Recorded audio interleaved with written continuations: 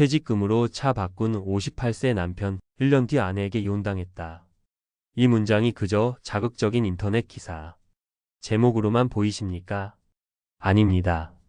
이것은 오늘날 대한민국 은퇴를 맞이한 수많은 부부에게 닥친 가장 현실적인 위기, 바로 황혼 이혼의 비극을 보여주는 경고등입니다.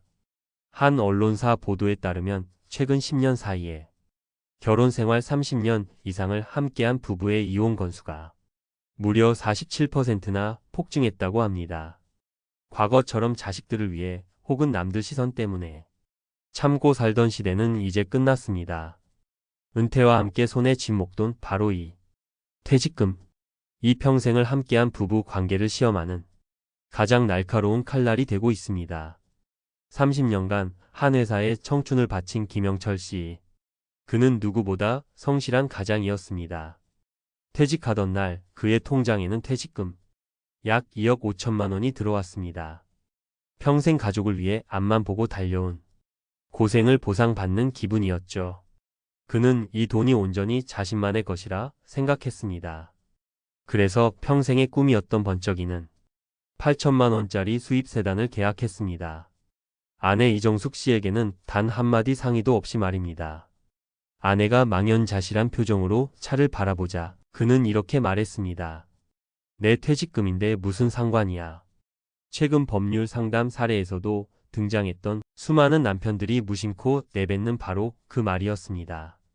김영철 씨에게 퇴직금은 개인의 보상이었지만 아내 이정숙 씨에게 그것은 부부의 남은 생을 위한 마지막 보루였습니다.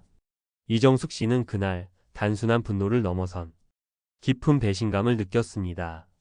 한 연구원의 분석처럼 이것은 단순히 돈 문제가 아니었습니다. 자신의 청춘을 바쳐 남편의 셔츠를 다리고 아이들의 도시락을 싸고 굳은 일을 도맡아 했던 수십 년의 세월이 남편의 독단적인 결정 하나로 송두리째 부정당하는 기분이었습니다. 평생의 헌신이 결국 무시당했다는 허탈감이 그녀의 마음을 무너뜨렸습니다. 그날 이후 부부의 집에는 차가운 침묵만이 흘렀습니다. 대화는 완전히 끊겼습니다. 남편은 남은 퇴직금 역시 주식 투자 같은 자신만의 계획대로 사용하려 했고, 아내는 우리 남은 인생은, 우리 노후는 이제 어떻게 되는 거냐 며 밤잠을 설쳤습니다. 남편의 권위적인 태도는 아내가 품고 있던 마지막 기대마저 꺾어버렸습니다. 결정적으로 아내는 한 가지 중요한 사실을 알게 됩니다. 퇴직금 역시 법적으로 명백한 재산 분할 대상이라는 것을 말입니다.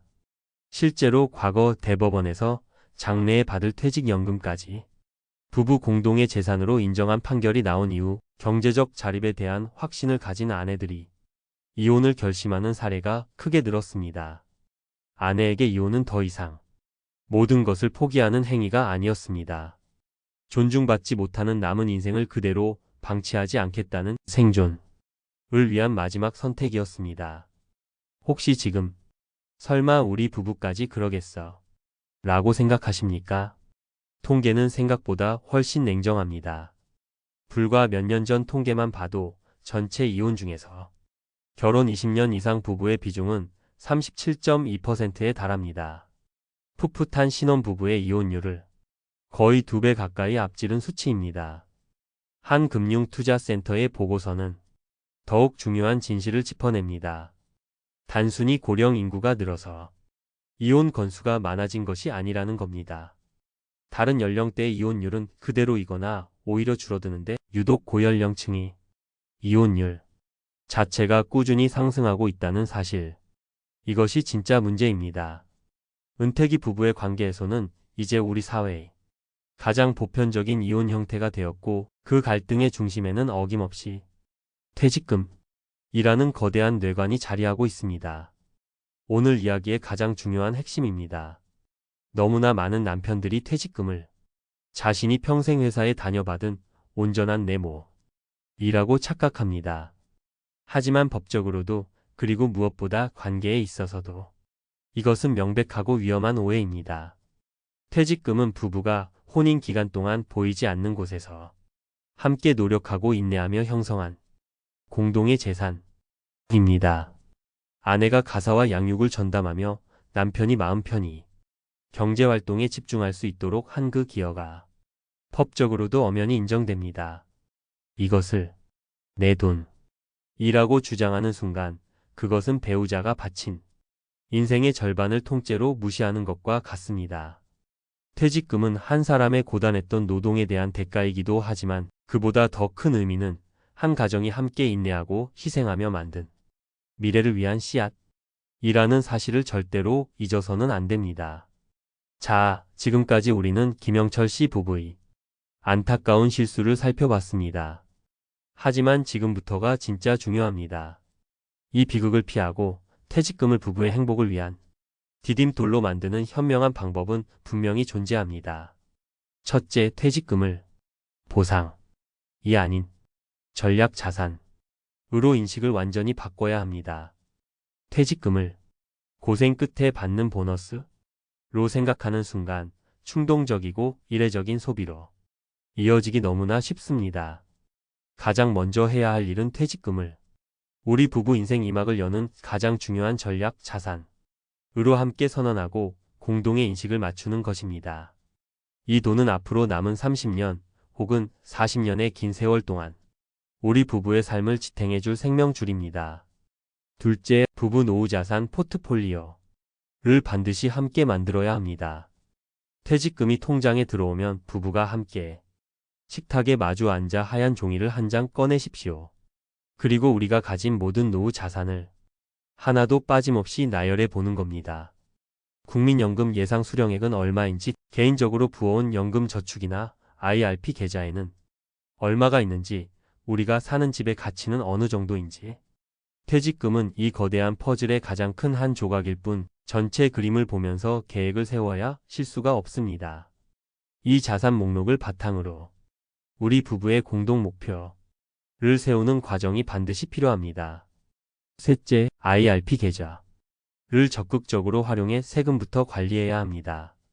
퇴직금을 일시금으로 받아 일반 예금 통장에 그냥 넣어두는 것은 정말 안타까운 선택입니다. 퇴직소득세를 그대로 다 내야 하는 것은 물론이고 거기서 발생하는 이자나 배당소득에도 꼬박꼬박 세금이 붙습니다. 퇴직금은 반드시 개인형 퇴직연금 계좌로 이전하여 관리하는 것이 현명합니다. IRP 계좌 안에서 돈을 굴리는 동안에는 세금이 붙지 않아 더 많은 돈을 재투자할 수 있습니다. 무엇보다 나중에 연금으로 수령할 경우 일시금으로 받을 때 내야 했던 세금보다 30%에서 많게는 40%까지 세금을 아낄 수 있습니다. 이것은 국가가 주는 합법적이고 가장 확실한 절세 혜택입니다. 여러분이라면 김영철 씨의 상황에서 어떤 선택을 하셨을 것 같나요? 여기 또 다른 부부의 이야기가 있습니다. 박상현 씨 역시 퇴직 후 아내 모르게 지인에게 사업 자금으로 1억 원을 빌려주려다 아내와 크게 다퉜습니다. 아내는 이혼까지 언급하며 강하게 반대했죠. 위기는 똑같이 찾아왔습니다. 하지만 박상현 씨는 달랐습니다. 그는 아내의 분노 앞에서 자신의 독단적인 생각을 고집하는 대신 진심으로 사과했습니다. 그리고 이렇게 말했습니다. 당신이 없었다면 내가 어떻게 30년을 버텼겠어. 이 돈도 없었을 거야. 아내의 기여를 존중하는 그 한마디가 모든 것을 바꾸었습니다. 이후 두 사람은 전문가 상담을 통해 퇴직금을 IRP 계좌로 안전하게 옮기고 일부는 안정적인 자산에 일부는 예금에 두는 등 공동의 계획을 세웠습니다. 지금 두 사람은 매달 나오는 연금으로 안정적인 생활을 하며 함께 여행을 다니는 제2의 신혼을 보내고 있습니다. 퇴직금 통장에 찍힌 숫자는 지난 30년 당신의 고단했던 노동의 결과물입니다. 하지만 그 돈을 어떻게 사용하느냐는 앞으로 남은 30년 부부 관계의 향방을 결정짓는 시험지입니다. 기억하십시오. 퇴직금은 혼자 고생한 대가가 아니라 함께 버텨온 세월의 증거입니다. 이 돈으로 값비싼 자동차의 핸들을 혼자 움켜쥘 것인지 아니면 배우자와 함께 인생 2막의 지도를 활짝 펼쳐볼 것인지 그 선택이 당신의 남은 인생 전부를 결정하게 될 것입니다. 오늘 이야기가 여러분의 소중한 노후를 지키는데 조금이나마 도움이 되셨기를 바랍니다. 내용에 공감하셨다면 구독과 좋아요를 통해 저희 채널을 응원해 주십시오. 또한 비슷한 고민을 하고 계신 분들이 있다면 댓글을 통해 여러분의 소중한 생각과 경험을 나눠주시길 부탁드립니다. 여러분의 이야기가 다른 누군가에게는 큰 위로와 지혜가 될 수 있습니다.